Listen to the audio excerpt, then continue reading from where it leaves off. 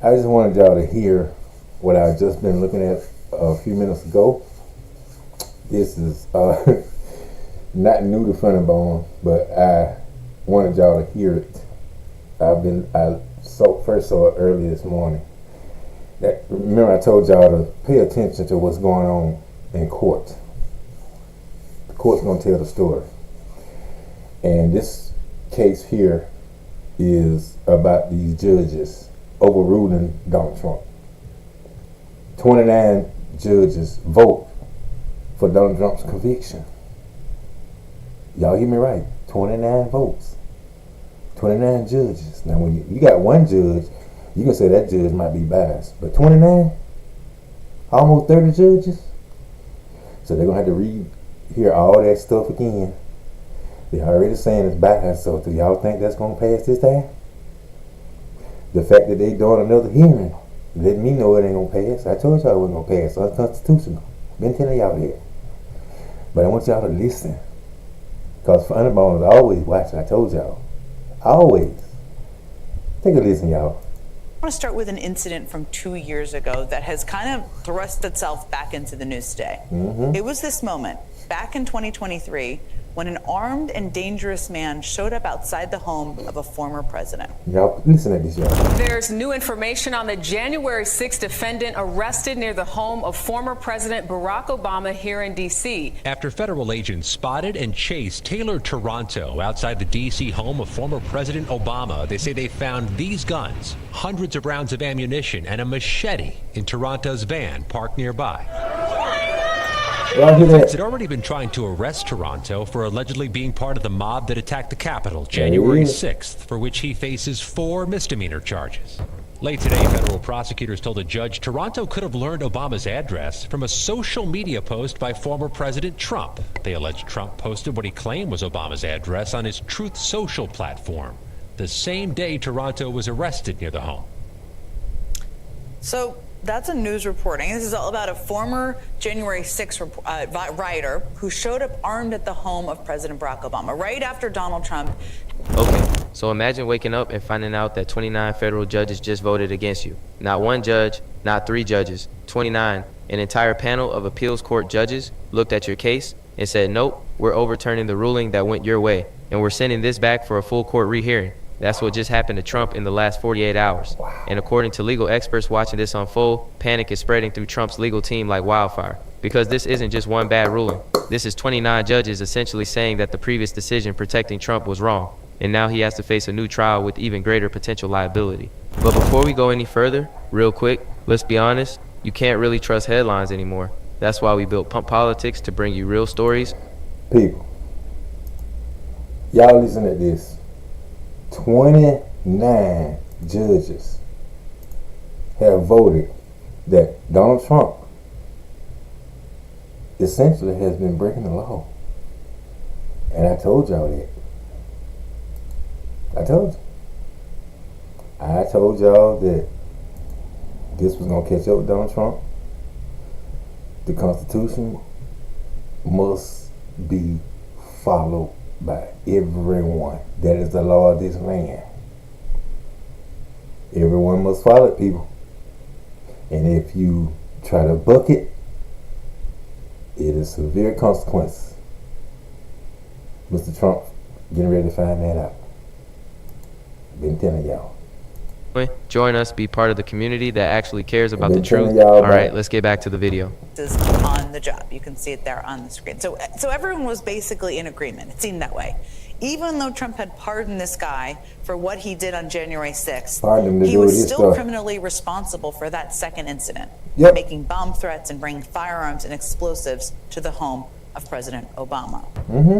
Then prosecutors did what prosecutors are supposed to do. They drafted a sentencing memo explaining to the judge why Toronto should spend at least 27 months behind bars. And in that memo, they included these 2 short sentences about the man's criminal history. On January 6, 2021, thousands of people compromising a... This all centers on Trump's deployment of the National Guard in Portland, Oregon.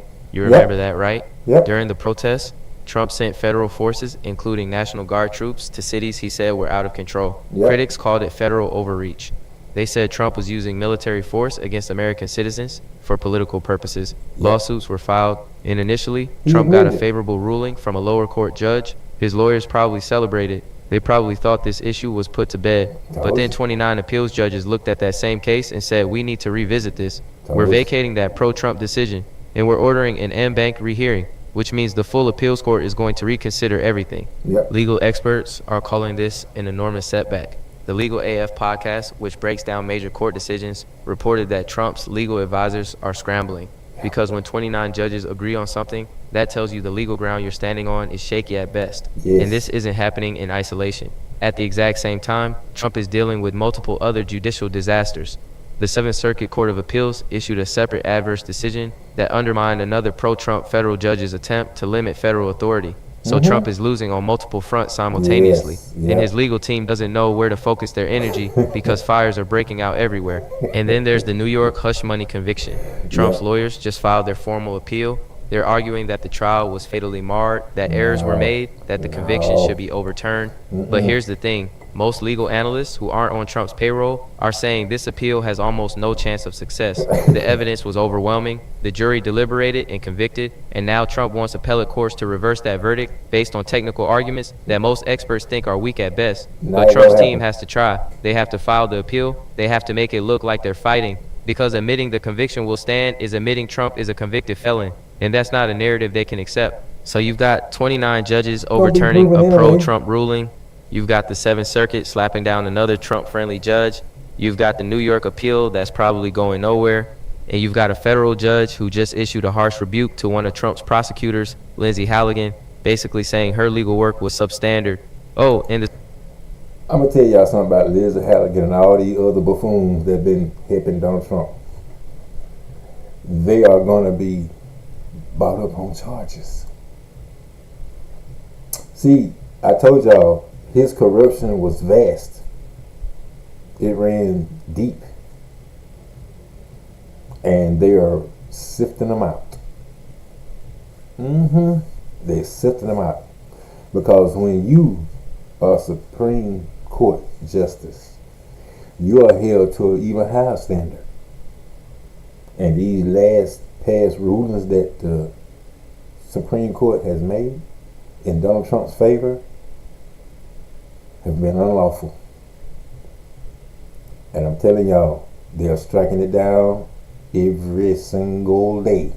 All the people that enabled Donald Trump, including these judges that signed off on it, that's getting reversed, what do you think they're going to do to these judges? Future's over with. You have to be a scum bucket to associate with scum buckets. People, they are rounding all the scum buckets up. And all y'all gotta do is like, comment, and subscribe. Because Funneybone gonna bring it to you. Point blank period, people. I'm gonna bring it to you. Supreme Court dropped a late day ruling that further complicated Trump's legal defenses. All of this happened in like 48 hours. All of it at once. Come on. This is wild. This is the kind of rapid fire legal collapse that would destroy any normal defendant. But Trump isn't normal. He's got resources. He's got a political base that doesn't care about court rulings. He's got media allies who will spin every loss as proof of a rigged system. But even with all that support, there's only so much losing you can do before it becomes undeniable. And 29 judges voting against you, that's hard to spin. That's hard to blame on one biased judge or one corrupt prosecutor. That's nearly 30 legal professionals looking at the facts and reaching the same conclusion. Trump's position is wrong, and the timing couldn't be worse for him. Midterm elections are coming up. His political future depends on maintaining the image that he's being persecuted unfairly. But when this many judges rule against you, when this many separate courts reject your arguments, it starts to look less like persecution and more like you actually did something wrong. So what's really happening here? Is this the moment the courts finally hold Trump accountable? Or will he find a way to delay, appeal, and drag this out until nobody remembers what the original cases were even about? Let's dig into this judicial disaster. All right, so let's break down what actually happened with these 29 judges, because this isn't just a normal loss. This is a massive institutional rebuke. The case involves Trump's decision to deploy National Guard forces to Portland, Oregon during the protests. At the time, Trump said he was restoring law and order. He He said cities run by Democrats were allowing chaos and destruction. He said federal intervention was necessary to protect federal property and citizens. His critics said he was using military force for political purposes. They said he was violating constitutional principles about federalism and states' rights. They said sending troops into cities over the objections of local leaders was authoritarian. Lawsuits were filed challenging Trump's authority to do this, and initially, Trump won. A federal judge ruled in his favor, saying the president had the authority to deploy forces to protect federal interests. Trump's legal team celebrated that as a victory. They pointed to it as proof that his actions were legal and justified. But then the appeals process happened, and this is where things fell apart. 29 judges on the appeals court looked at that decision and voted to vacate it, to throw it out, and to order an en banc rehearing, which means the full court will reconsider the case from scratch. When appellate courts do this, it usually means they think the lower court got it seriously wrong. Legal AF, a popular legal analysis show, called this an enormous setback for Trump. They said panic is spreading through his legal team because defending this case just got exponentially harder. When one judge rules against you, you can argue that judge is biased or made a mistake. But when 29 judges agree to overturn a ruling that went your way, that's a different story. That suggests the legal reasoning that protected Trump was fundamentally flawed. And now Trump has to defend his actions all over again in front of a full court that's already signaled skepticism by voting to rehear the case. And this... People, listen to what he said. By them even voting to rehear the case, you know they're going to reverse that. They are most certainly going to reverse that. Donald Trump lost in another case. How can you lose in two cases in one day? Donald Trump can and did. Unprecedented for a sitting president to be losing in court like this. But I told y'all it was going to happen. I told you. Donald Trump was digging a hole that he's not going to be able to get out of. I told y'all this. And I told y'all the same people that really, really helped Donald Trump is going to be the main one hurting him, which is MAGA. Y'all see it. They already turning. If these MAGA people in Alabama, which these are different breeds, these are when cousins marry. I'm telling y'all, this is a different breed right here. I'm telling you, I got some horrible stories to tell y'all, but they funny. But I'm telling you, if they said that he is too slimy for them, I'm telling y'all, and they slimy as a bed of eels down here, I'm telling you. If they're too slimy for these folks here, then people, they're not even human. I'm telling you. Because sometimes I question what these folks human. I'm telling you. But when they say that it's too much and they ain't supporting, that means the bottom of the barrel support is over with. I'm telling y'all. This isn't just about the National Guard deployment. This case has broader implications for presidential power. If Trump loses on appeal, it sets a precedent that limits how future presidents can use federal forces in states. It establishes that governors and local officials have rights that the president can't just override. And that's a big deal. Like Trump's entire approach to executive power has been maximalist. He believes presidents have almost unlimited authority to act unilaterally. But courts keep pushing back on that. And this ruling by 29 judges is one of the strongest pushbacks yet. Now let's talk about the Seventh Circuit decision. At basically the same time, another appeals court issued a ruling that undermined a different pro-Trump judge. The details are complex, but the bottom line is this. A federal judge who tends to rule favorably for Trump tried to limit federal authority in a way that would have helped Trump's legal position. And the Seventh Circuit said, nope, that's not how the law works. They reversed that judge's decision. So Trump lost twice in appeals courts on the same day. Two separate panels of judges rejecting arguments his team thought were solid. That's not a coincidence. That's a pattern. That's the judicial system finally pushing back against what many see as overreach and abuse of power. And then there's the New York conviction appeal. Trump's lawyers filed their formal appeal October 27th. They're arguing the trial was fatally marred. That's the language they're using, fatally marred. They claim errors were made in jury selection, in evidentiary rulings, in jury instructions. They're throwing everything at the wall, hoping something sticks. But legal experts who aren't part of Trump's team are almost unanimous in saying this appeal won't succeed. The conviction was solid. The evidence was overwhelming. Trump paid hush money to Stormy Daniels through Michael Cohen. Yep. He falsified business records to cover it up. The jury heard all the evidence and convicted on all counts. And now Trump wants that overturned based on technicalities. Here's the thing about appeals. They're not... People. He can't get that appeal because Michael Cohen recorded it. And they got all the bank records. All 34 installments. That's why he got 34 indictments. That's the 34 counts. The 34 payments that he paid to Michael Cohen. And Michael Cohen went to prison for it. And if Michael Cohen went to prison for doing it, what you think they're going to do to the person that he's doing it for?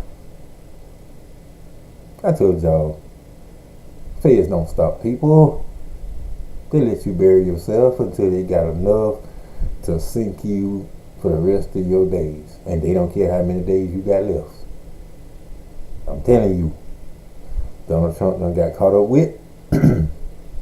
It's been a little while coming, but they're attacking Donald Trump at every angle. All you gotta do is keep watching. All they doing is attacking Donald Trump at every angle. Every angle that he created. Every illegal angle that he created. Every illegal angle. He's gonna answer for it. The time is now, people. He's gonna start answering now. Starting now. So people, I like it when justice is served. I like it when the system works. A lot of times the system don't work like we want it to. A lot of times it's slow. Sometimes we complain about it. But when it does work, it works. And it keeps on working. It's just like the gift that keeps giving. It keeps working and working and working. P. Diddy gonna find that out once he get out of prison, if he makes it out of there. How the stipulations gonna be when he gets out. I wouldn't want to be him for all the tea in China, terrorist or not. I wouldn't want to be Mr. Diddy. Because I'm just going to leave it like this. He's going to be uncomfortable for the next 10 years. Very uncomfortable. He's going to feel like people watching him no matter what he's doing. He's going to think people watching him when he's sleeping. I'm telling y'all, when the government get on you like that, they don't let go. And they'll follow him and won't even be hiding. They'll follow him everywhere he goes. He go in public bathroom. They'll go everywhere except in the stall. They'll make sure that he's doing his business. Yeah. It ain't no fun when the rapper has the gun. It ain't no fun when the victims can say, finally, I feel like I'm safe from that demon seed. Even when he gets out. So people, Funneybone saw this. Funneybone had a little technical difficulties again. And it's my fault because I'm keep unplugging, plugging stuff up, trying to do this and that. But I'm learning, you know. I'll probably do a little short or something later on. But I just wanted y'all to see this about Donald Trump losing all in court, all this stuff he losing. Like I told y'all he would. And it's just the beginning for Mr. Trump in my estimation. But we'll see this Funneybone right. What's y'all take on this? Like Donald Trump losing everything in court. Everything. That Constitution is a son of a gun. For everybody who don't try to follow it. It is a son of a gun, people. I'm telling you. It's just like a bear trap. When it catch on to you, you're there. Not going anywhere. So, people, the justice system is the bear trap. Donald Trump is the bear. And they already got one of his paws. Probably the one with the mildew on it. I hope they don't get that one because they'll probably fall right on off. But anyway, people, Funneybone saw this and had to share it with y'all. So y'all Like, comment, subscribe. Tell me what y'all think about these stories about Donald Trump losing all this stuff in court. Do y'all think at the beginning is this about time coming? It's about time that it comes. But people, I'm telling you, is here. We're at the doorstep. We're at the doorstep. So just keep watching. Funneybone love y'all. Have a good evening.